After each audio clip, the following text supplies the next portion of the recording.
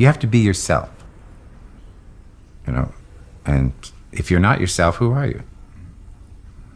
Though I am been and created other people, I know when it comes off, it's back to me. Yeah. What? Is this going to bugger up your film? No, that's great. What do you want? There's 2 stars in this room.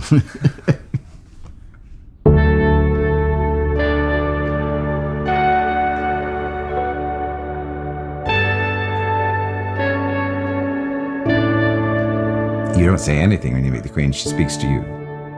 I know protocol. You stand there and you bow and you wait. And if she doesn't say anything to you, you don't keep your mouth shut. I know the rules because I insist that people treat me when I'm the Queen exactly the same way. And don't touch me. I am the Queen. You know? I admire her greatly. She is an icon. I'm Bill Monroe and I've been performing since I was 17. I did the Queen in 1975 for the first time. I write all my own material, and I found out that you have to do it as a satire. You can't try to be funny as the Queen. You just are the Queen, and then if you say something, it's even doubly funny for the audience, of course, because the Queen just reads, and waves, and smiles. So it's been a great experience for me in all the years, and taken me all over the world.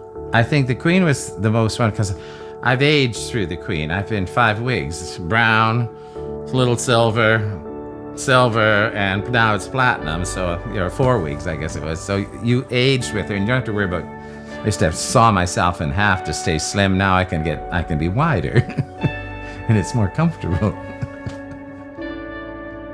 The word Queen was a derogatory term in the gay world when everybody had to slap a label on things like, I don't like labels, because if you make labels, you make divisions. That's my own thinking, because I'm very wise. I've been on my own since I was 17, yeah. So, it wasn't easy to be outed in a town of 21,000 people, They stayed where they were, and I went off and had different names and lived a different life.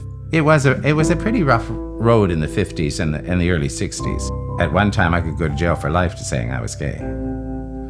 Or I could be, I've had the standard six beatings, over all the years. You get one every 10 years if you're in the wrong spot at the wrong time. I was beaten up on New Year's Eve at Davie and Burrard and left for dead. I had a feeling when the person I was with was going to mouth off to this bunch of guys, and he did, and then they knocked him out and then decided to spend the rest of the time on me, so I almost died.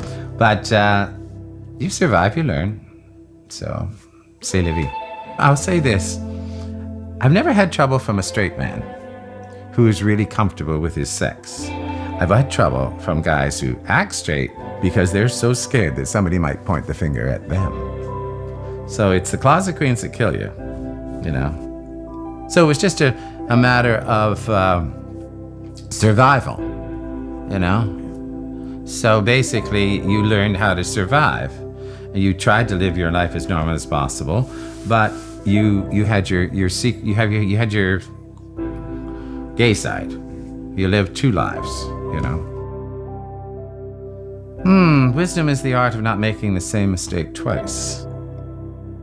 So basically, it's to know who you are and what your situation, and to judge yourself accordingly, or judge the situation accordingly. That's wisdom, street wisdom. I think you take bits and pieces from all the people that you meet, the good and the bad, and you learn to be yourself. And I think the one thing that you have to be is comfortable in your own skin. I say to people when they ask me my opinion, now, do you want me to confirm an opinion you've already made, or do you want me to tell you what I think? I used to worry about people liking me all the time. Oh my God, I have to be, this and that and the next thing. I don't worry about it anymore. If they don't like me, fine. You can't have regrets. You made your life, you made your own mistakes. So why, you can't do anything about yesterday. Yesterday is done. Oh, when I hear older gay men moan, well, if things had been different when I was young than it was, and I just look at them and think to myself, you were a boring piece of crap then, and you're still a boring piece of crap, so quit moaning, So, just be yourself.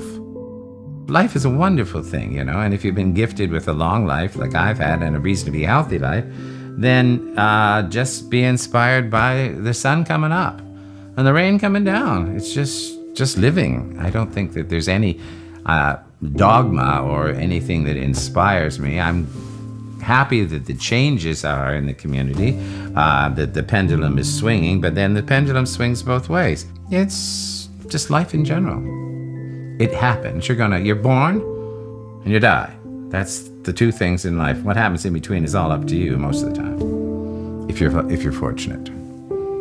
Well, there's really nothing good about getting older because you're going to get all the aches and pains and the creaks and everything like that. The best thing about getting older is that you're able to, because the alternative is you're dead.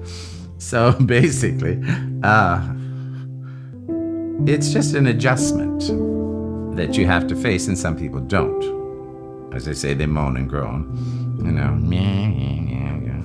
and some they hunch themselves up and they look miserable walking down the street. I think, Jesus Christ, smile, and it's not hard, but getting old is not for sissies. Okay, Betty Davis said that.